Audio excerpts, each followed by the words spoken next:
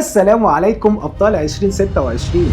رحلة طويلة كنا فيها سوا على مدار 5 شابترز من شرح وحل ومراجعات، ذكريات جميلة اتبسطت فيها قوي إني شفتكم بهدايا وأفكار أول مرة تتعمل معاكم مخصوص لطلاب ثانوية عامة 2026.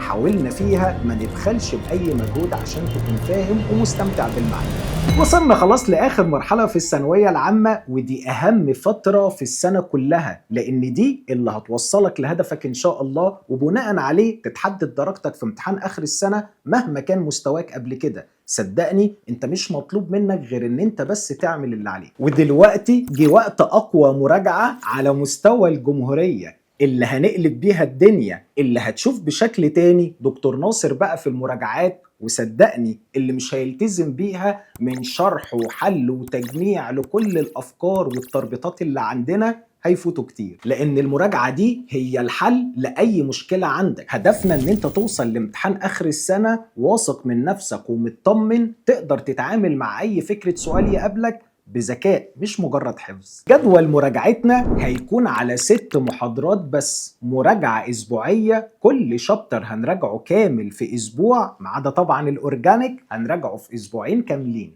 المراجعة هتكون متقسمة على جزئين، بارت السمري، بارت حل اسئلة ملزمة الفاينل ريفيجن. بالنسبة لبارت السمري فده اللي هنرجع نشرح فيه كل اجزاء الشابتر تاني، مع التركيز طبعا على كل بارت بمخرجات التعلم بتاعه، افكار الاسئلة اللي ممكن تقابلك فيه، ومش مجرد شرح بس عشان نفتكر اي معلومة احنا ناسيينها، لا ده انت هتلاقي فيها كمان بقى التربيطات والتجميعات اللي احنا مميزين بيها، هتلاقي فيها النوتس بتاعت بارت هيرو اور زيرو اللي يا عزيزي فيها بقى الحاجات المميزة اللي هتخليك مع اي فكرة سؤال يقابلك انت عارف هو بيسأل عن ايه والمعلومة دي تقدر تتعامل معاها ازاي. وبالنسبة لبارت الحل فانت هتلاقي بقى في ملزمة الفاينل ريفيجن اللي فيها يا عزيزي مجهود جبار هتبقى تشوفه بنفسك، هتلاقي كل افكار واشكال الاسئله متقسمه لاكتر من بارت، هنفهمها اكتر لما نيجي نتكلم عن باكج ملازم المراجعه. ولكن يا عزيزي كالعاده زي ما احنا متعودين من اول السنه، هو الموضوع مش مجرد حل، على قد ما انا هكون اكيد بهتم معاك تاني بمهارات الحل، ان انت ازاي تقدر تحل السؤال باكتر من طريقه، ازاي لما يجي لي السؤال في الامتحان حتى لو انا مش عارف الاجابه باكتر من طريقه بالاستبعاد اقدر ان انا اوصل للاجابه الصح. ميعادنا مع بداية أول مراجعة يوم الثلاث 28/4 إن شاء الله. إحنا خلاص خلصنا آخر حصة في المنهج كان من أسبوع، يعني تقدر تعتبر إن أنت كمان معاك يومين 3 كده إجازة لو في حاجة لسه ما خلصتهاش. طب ليه مهم نبدأ بالأورجانيك؟ لأكتر من سبب. رقم واحد، ده أهم وأكبر شابتر عندنا، عليه حوالي من 22 ل 25 درجة، يعني تقريبا إحنا بنتكلم في نص الامتحان، ما ينفعش خالص يتساب للآخر. مهما كنت بتذاكر كل حصة لوحدها كويس، ومهما كنا في كل حصة واحنا بنحل بنربط على الحصص اللي قبل كده، بس بعد ما خلصنا الاورجانيك ما ينفعش بقى ان انت تيجي تذاكره اجزاء منفصلة، لازم يتربط كله مع بعضه. فلازم مراجعة قوية جدا على الاورجانيك نقدر نربط بيها كل النوتس من اول حصة لاخر حصة. السبب التاني ان احنا من اول مراجعة هنكون بنحل امتحانات شاملة، امتحان شامل او اكتر كمان انت وقدرتك، بس على الاقل لازم يبقى فيه امتحان شامل مع كل مراجعة تكون بتحله. ولازم تكون مطمن وانت بتحل بقى للأورجانيك ان تقريبا نص أسئلة الامتحان انت قادر تتعامل معاها كويس. طب ليه ما نبدأش بترتيب المنهج بمراجعة شابتر 1؟ لأن شابتر 1 ده أسهل شابتر عندنا وأول شابتر درسناه، فأنت كنت بتذاكر بحماس، أكتر شابتر ذاكرته وأكتر شابتر حلينا عليه.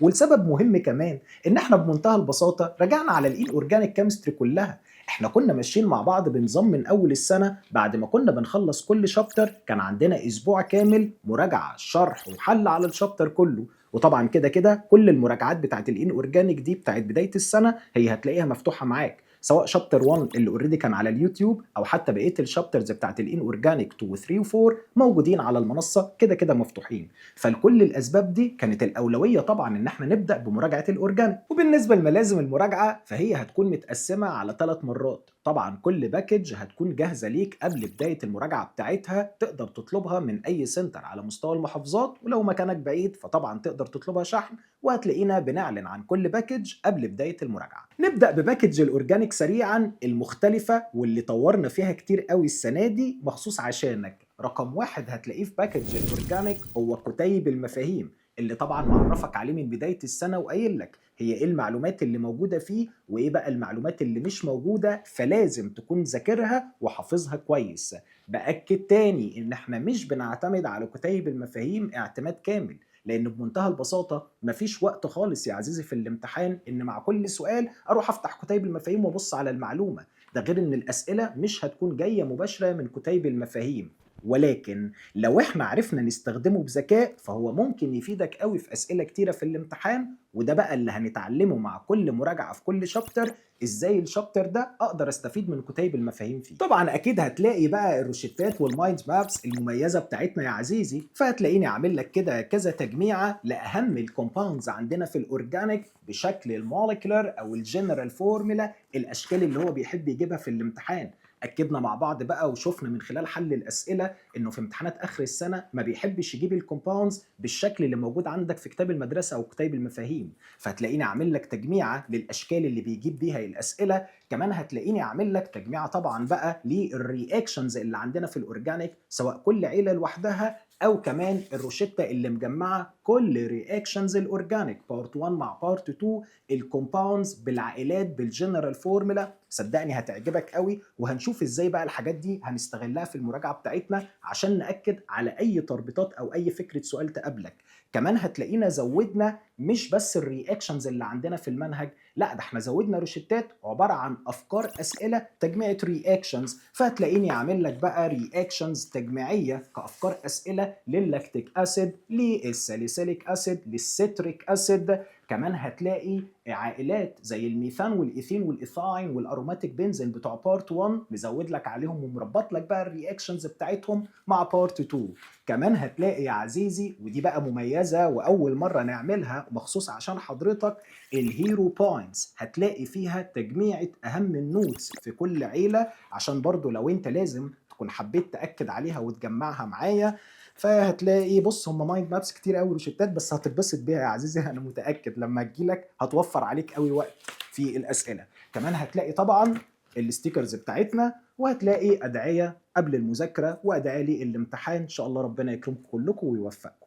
ونيجي بقى لملازم الاسئله، هتلاقي طبعا عند حضرتك في باكج الاورجانيك ملزمتين، ملزمه اسئله لبارت 1 وملزمه اسئله لبارت 2. والموضوع هنا مش مجرد عدد اسئله وخلاص. بالنسبه لعدد الاسئله اللي موجوده عندك في الملازم فانا هسيبك انت يا عزيزي تتفاجئ لوحدك، بس انا دايما هاكد عليك ان احنا واحنا بنحل في الملازم بتاعتنا الموضوع مش مجرد عدد، على قد ما هو بقى عدد افكار وتريكات احنا هنعدي بيها نغطي بيها على ايا كان فكره او شكل السؤال اللي ممكن يقابلك. لازم بالتأكيد هنكون حلنا عليه مرة واثنين وثلاثة. ملازم اتعملت بمجهود كبير جدا سواء مني أو من التيم العلمي بالكامل بعد دراسة كل الكتب الخارجية سواء العربي أو اللغات، مع كمان طبعا أسئلة الوزارة سواء أسئلة امتحانات السنين اللي فاتت أو حتى أسئلة الاسترشادية، مع كمان أفكار الأسئلة اللي احنا مزودينها من عندنا تبقى ماشية مع نفس أفكار أسئلة الاسترشادي 2026. صدقني غطينا لك كل الافكار اللي ممكن تتخيلها، راعينا فيها كل حاجه انت محتاجها عشان نقدم لك يا عزيزي الملازم دي. الملزمه دي هتلاقيها متقسمه عند حضرتك لاكتر من بارت. كان عندنا نقطه مثلا واحنا بنعمل الملازم ان في طلبه كتيره تحب يكون الاسئله متقسمه على كل جزء في الشابتر. فانا يا دكتور مثلا لو هنتكلم عن الاورجانيك، فبعد ما اخلص جزء مذاكره عيله الالكانز عايز احل اسئله عليها، اذاكر جزء عيله الالكينز احل اسئله على عيله الالكينز، وهكذا مع كل جزء في الشابتر. انا معاك يا عزيزي ان ده طبعا بيكون اسهل بالنسبه لك وانت بتحل، لان الجزء اللي ذاكرته انت رايح تحل السؤال اللي على المعلومه عليه.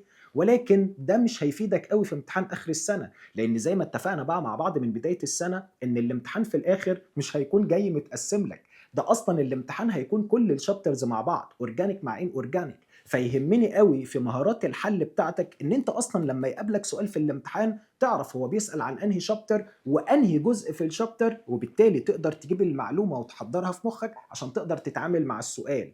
ولكن في نفس الوقت انا هتلاقيني مراعي ده واحنا بنعمل الملزمة.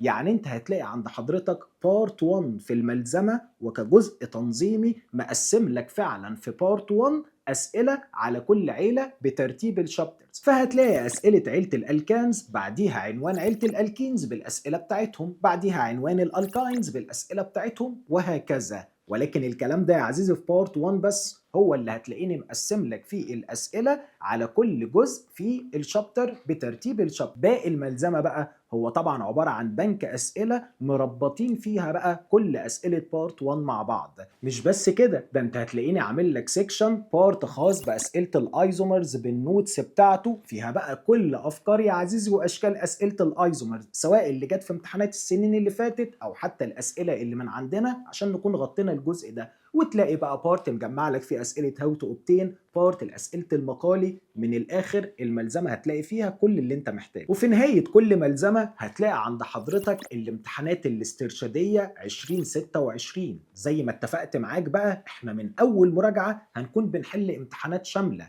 وده شيء مطلوب جدا. لازم حضرتك بقى تبتدي تكسر عندك رهبه ان انا يا دكتور بيقابلني امتحان شامل، خصوصا لما تكون امتحانات من الوزاره اللي هي الامتحانات الاسترشاديه. طبيعي جدا هتلاقي ان في اسئله بتقف قدامك، خصوصا في جزء الان اورجانيك. مفيش مشكله خالص ان انت تكون ناسي. طبعا بالنسبه لنص الامتحان اللي هو تقريبا اسئله الاورجانيك، ده اول شابتر هنكون راجعناه، فان شاء الله دي مش هيكون فيها مشكله. طب بالنسبه لاسئله الان اورجانيك يا دكتور اللي طبيعي اكون انا ناسيها، دي بقى انا هعمل فيها ايه؟ مفيش مشكله خالص، لان انا هكون بحل مع حضرتك الامتحانات الشامله الاسترشاديه بالكامل. يعني هتلاقيني في كل محاضره بحل مع حضرتك الامتحان الاسترشادي بالكامل، بحيث ان انت اي سؤال كان عندك فيه مشكله، سؤال كان واقف قدامك اخدت وقت كبير فيه في الحل، تلاقيني بقدم لك كالعاده مهارات الحل، واقول لك ازاي كنا نقدر نتعامل مع السؤال باكتر من طريقه. ولو سؤال في الان اورجانيك هقول لك كنت ازاي تقدر تفتكره، او ازاي تقدر تستخدم كتيب المفاهيم هنا عشان تحله.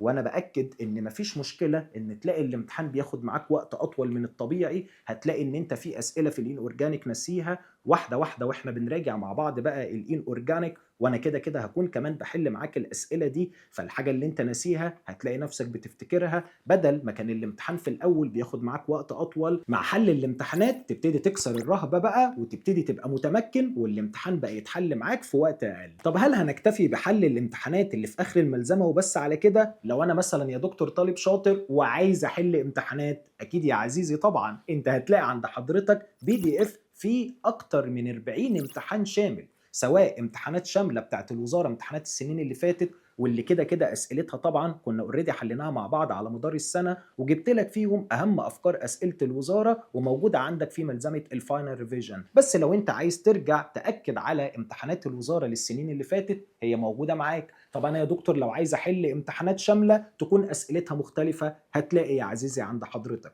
فلو انت طالب شاطر وخلصت الملزمه بالكامل بما فيها الامتحان الشامل اللي في اخر الملزمه، اكيد هتلاقي في PDF الامتحانات، او حتى لو عايز تحل من مصادر تانية، بالعكس ده شيء يبسطني، لان انت لما هتخلص الملزمه وتجرب تحل من اي مصدر تاني هتلاقي ان انت مطمن، لان كل الافكار هي اوريدي عدت عليك. طب انا لو عايز احل يا دكتور امتحانات شامله اكتر بس مش لاحق اخلص، يا دوبك بخلص الملزمه، ما تقلقش، لان احنا ان شاء الله لما نخلص مع بعض في اول اسبوع في 6، فانت عند حضرتك لحد اول امتحان من المواد الغير مضافه 21/6، وامتحان العربي ان شاء الله اللي هيكون 28/6، وقت كافي ان بعد ما نكون خلصنا الفاينل ريفيجنز تقدر تزود في عدد الامتحانات الشامله عشان تكون مطمن اكتر. خليني اكد عليك بقى حاجتين مهمين قوي عشان تكون عامل حسابك. رقم واحد، هيبقى فيه امتحان شامل على الشابتر بالكامل قبل المراجعه. يعني احنا مثلا هنعمل مراجعه على الاورجانيك، فوانت داخل المراجعه هيكون عند حضرتك امتحان شامل على الاورجانيك كله.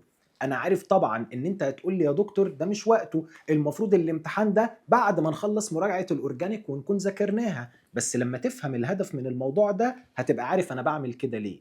عزيزي انا مش هربط لك الامتحان ده بدرجه نجاح، يعني ايا كانت الدرجه اللي انت جبتها، حتى لو قررت ان انت ما تمتحنش اصلا، ما انت هتخش على الريفيجن. بس انا عامل الكلام ده عشان بعد ما خلصنا بقى الاورجانيك وانت داخل على الريفيجن، تقف لحظه مع نفسك وتختبر نفسك وتقيم مستواك. انت اللي تحدد نقط الضعف اللي عندك، ايه الاجزاء اللي واقعه مني في الاورجانيك، ايه الاسئله اللي انا معرفتش اتعامل معاها، عشان وانت في المراجعه تبتدي تركز بقى على الاجزاء دي قوي. وكده كده كل الاسئله بتاعت الامتحان هكون بحلها معاك، لان هي اوريدي موجوده عند حضرتك في ملزمه الريفيجن. والحاجه الثانيه ان انا اكد عليك طبعا ان الريفيجن عشان تقدر تستفيد منها الاستفاده الكامله، فهي مش بديله عن حصص الشرح. على الاقل تكون ذاكرت الحصه او اتفرجت على بارت الشرح مع بارت الكلاس شيت الاسئله بتاعت الحصه، ما عنديش مشكلة إن أنت ممكن يكون في الحصة دي ما اتعاملتش مع أسئلة الhomework أو ما حليتهاش كلها، ده إن شاء الله نقدر نلمه في الfinal revision، بس على الأقل تكون اتفرجت على جزء الشرح مع جزء الclass sheet. وفي النهاية خلّيني أطمنك وأقول لك طلبة كتيرة يا عزيزي والله كانوا قاعدين مكانك في يوم من الأيام، بيشوفوني بالضبط زي ما أنت قاعد بتشوفني كده، ما كانوش مصدقين إن هم في يوم من الأيام يقدروا يحققوا حلمهم، يدخلوا الكليات اللي كانوا نفسهم فيها وكمان يكونوا من أوائل الجمهورية. دلوقتي بقى أنت جه دورك،